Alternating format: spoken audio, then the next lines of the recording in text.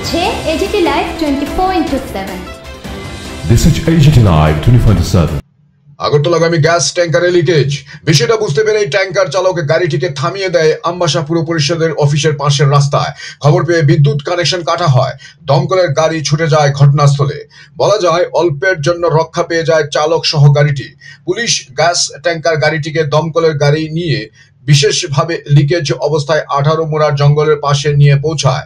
এখন অপেক্ষা মেকানিক্সের।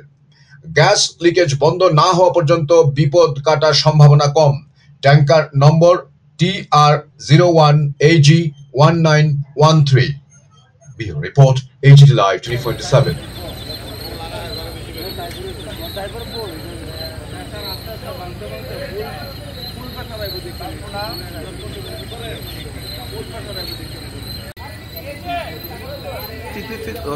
ভিডিও নিয়ে করছেন